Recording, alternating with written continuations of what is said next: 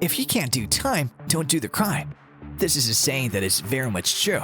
You should not do the crime in any given situation, though but if you do, then there would be consequences for it. And yes, there are consequences for everything. But let's not go too deep into psychology. Not every person who commits a crime is someone who lives in a shady place. Many who commit a crime are people from the high end of society. The high-end people live in posh places, but they still do it somehow. Now, not every criminal is someone who is planning to do something like this. Some are just victims of the situation, and if you come to know the whole story and you would be in a situation like this, then you would also see yourself committing the same mistake. So let's figure out some stories today. Today we're talking about 7 football players who have been to jail.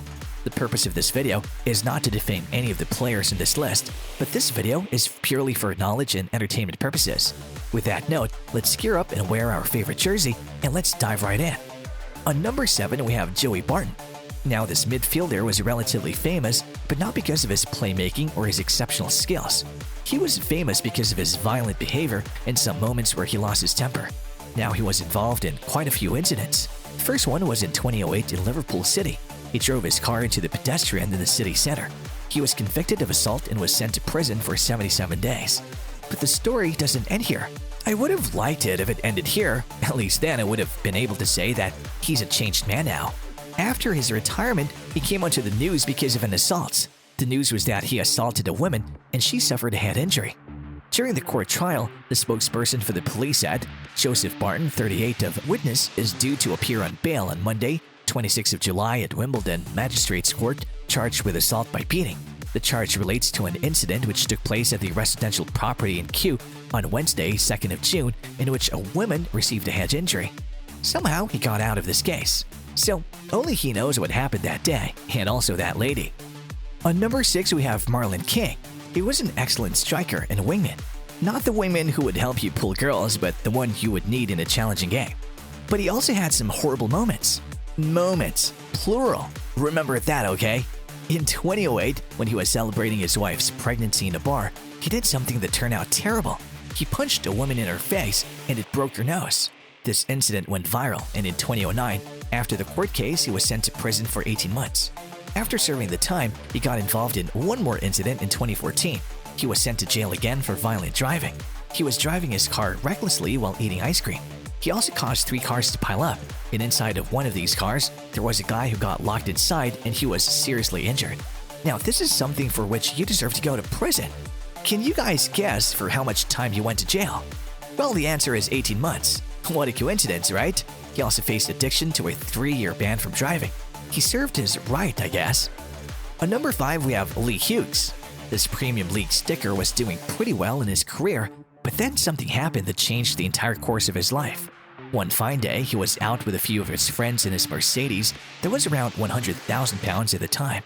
But then suddenly something happened and he crashed into another car. All the passengers that were in the other vehicle were killed.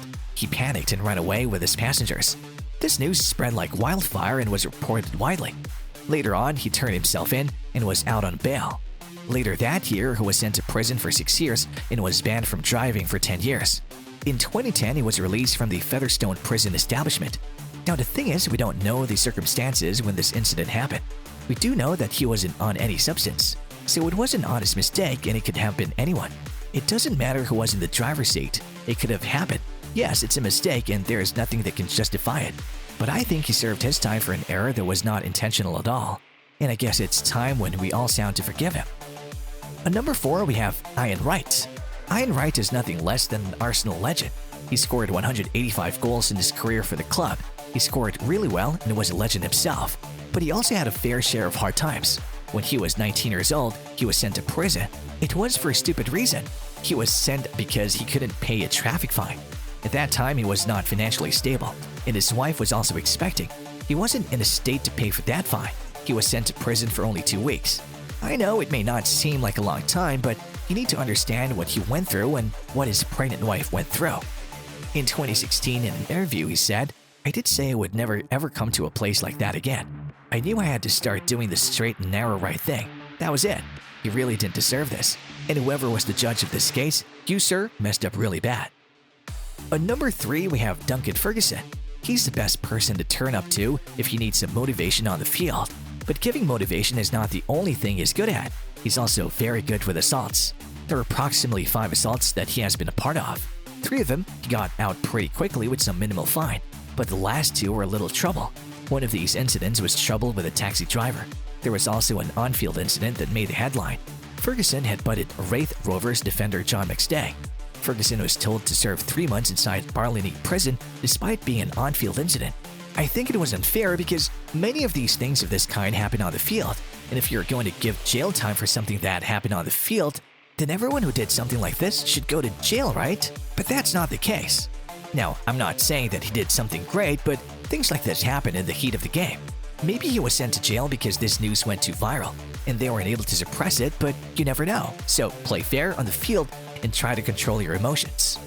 At number 2, we have Rene Higuita. He will always be the guy with a scorpion kick clearance for many Brazilian fans. But even if you don't believe it, his past is in a little bit of gray.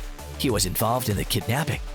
And kidnapping is one thing, but the guy who was kidnapped was a completely different thing. He was involved in the kidnapping of Pablo Escobar, the infamous drug dealer who burned a lot of money because his daughter was feeling cold. Remember him? Yes, his kidnapping. God, I always want to be this rich that I could just burn thousands of dollars and not care about it.